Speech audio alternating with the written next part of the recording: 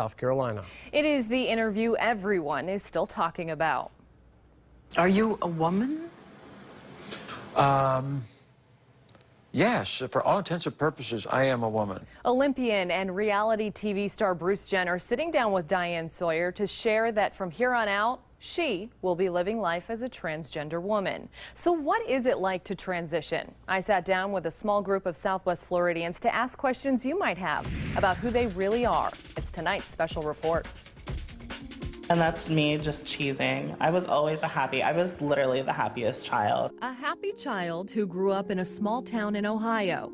The toddler's playfulness shining through. And it was definitely me, and I definitely still have that mischievous, fun-loving personality. A personality that was a bit different from other little boys. I remember going to church with my grandmother, but before going to church, trying on her heels. And 23 years later, that little toddler is still wearing heels, living as a transgender female named Rachel Valentine. And she feels empowered by Bruce Jenner now publicly saying what she's felt for so long. That's the perfect person to say, hey, this is who I am. And Rachel's not the only one who feels that way. She and her friends sharing some laughs and their thoughts as they told me what it's like to live as a transgender Southwest Floridian. People like Ricky, Bryce, Donna, Rachel, and Aaron identify as a different gender than what's on their birth certificates. They feel they were born this way. What would you say to the people who say this is a choice? A choice? Let me tell you, and I've brought this up to even family members. If this was a choice, trust me, I would never go through it. Though Aaron is now happily married, the road to his current life has been long and painful. I have been bullied. I have been belittled. I've been called every name under the book. I've been stepped on, pushed over, physically assaulted. It was so bad, the man who's now planning a new life once considered taking his own.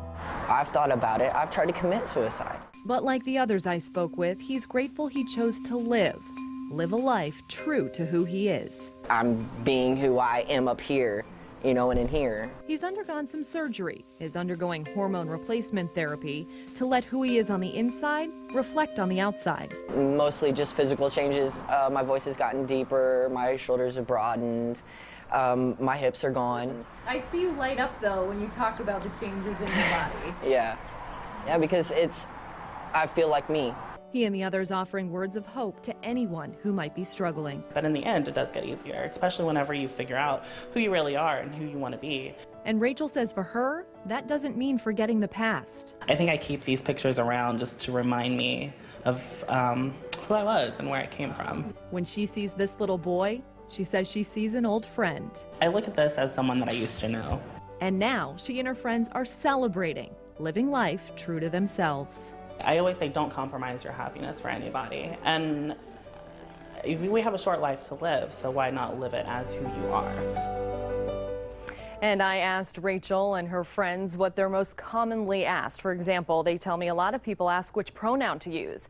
They tell me it's best to address them as they're dressed. And they say asking whether someone has undergone gender reassignment surgery is a question you should not be asking. Tomorrow night, the group shares with me why they're so passionately against a proposed law here in Florida that would limit how they use a public bathroom. That's tomorrow night, on Fox 4 News at 10.